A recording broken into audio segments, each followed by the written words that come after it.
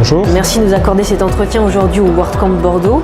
Alors, vous êtes dirigeant de Wibbler Press, une petite structure qui développe et assure la maintenance et le support de toutes des extensions.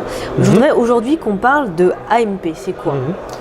AMP, c'est un ensemble de bonnes pratiques et de technologies qui ont été développées en format ouvert et open source par un certain nombre d'entreprises, de grosses entreprises, et dont l'objectif premier est d'accélérer de manière extrême les performances des sites web lorsqu'ils sont notamment vus en général et lorsqu'ils sont notamment vus sur des appareils mobiles, des téléphones notamment, avec des conditions de réseau de mauvaise qualité éventuellement, donc dans tout un tas de circonstances. Objectif premier, aller très vite avec des technologies simples et ouvertes. Donc c'est un consortium, Google et d'autres entreprises qui ont développé ça il y a à peu près, ça a commencé à se répandre il y a à peu près un an.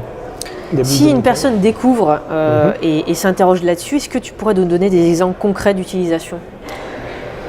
Les exemples concrets sont très nombreux. Pour le premier et le plus visible, c'est l'utilisation, donc c'est le fait que tout un tas de sites ont déjà mis en place des pages AMP sur leur propre site, une version AMP de leur propre site, et toutes ces pages se retrouvent dans les résultats de recherche de Google, de Bing et de Baidu, donc des principaux moteurs de recherche, lorsqu'on fait une recherche à partir d'un téléphone mobile,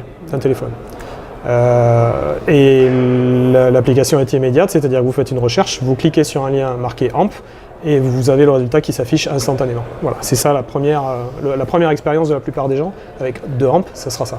Si on devait passer en revue les étapes de la mise en œuvre justement des pages AMP, est-ce qu'on pourrait les expliquer? Alors sur un site WordPress, ça passe initialement par l'installation d'un plugin. Il y en a un certain nombre qui existent, dont celui que nous produisons. C'est relativement mécanique et automatisé, installation, activation, et ça va fonctionner avec un résultat qui sera ce qu'il sera. Il y a ensuite une phase de mise au point et d'ajustement, notamment du design visuel, qui est un peu similaire à ce qui se fait lorsqu'on va utiliser un thème pour un site classique.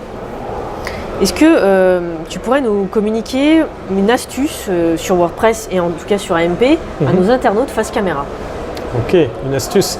À part utiliser notre plugin qui, bien sûr, a des performances bien supérieures à celui de tous les autres. Non, la première réflexion, la première chose à faire avant de mettre en œuvre AMP, c'est d'abord de se poser la question du pourquoi et des objectifs à atteindre. Comme avec n'importe quelle mise en place de site, qu'est-ce qu'on veut obtenir et pourquoi. Et à partir de là, tout le reste va en découler, notamment le degré de complexité dans lequel on va aller dans la mise en œuvre du plugin et la quantité de travail qui sera nécessaire pour aboutir au résultat, qui peut aller de juste installer un plugin, appuyer et l'activer, et ça va fonctionner, à passer pas mal d'heures pour améliorer le design et mettre en œuvre d'autres extensions complémentaires éventuellement. Pourquoi ce choix d'avoir choisi WordPress? C'est une évolution naturelle. J'ai déjà mentionné que je travaillais depuis 10 ans avec des CMS open source, GPL. Moi, je suis un développeur de produits open source, avec une assez grosse expérience dans les CMS.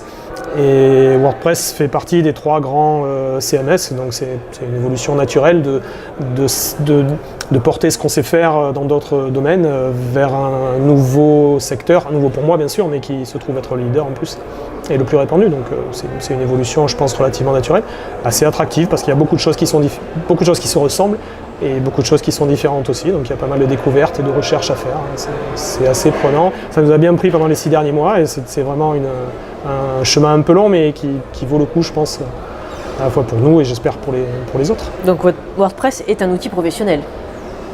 Alors, moi, c'est mon activité. WordPress et mes autres activités sont mes activités professionnelles. Donc, je suis totalement professionnel dans ce que je fais, à la fois pour WordPress et tous les autres CMS.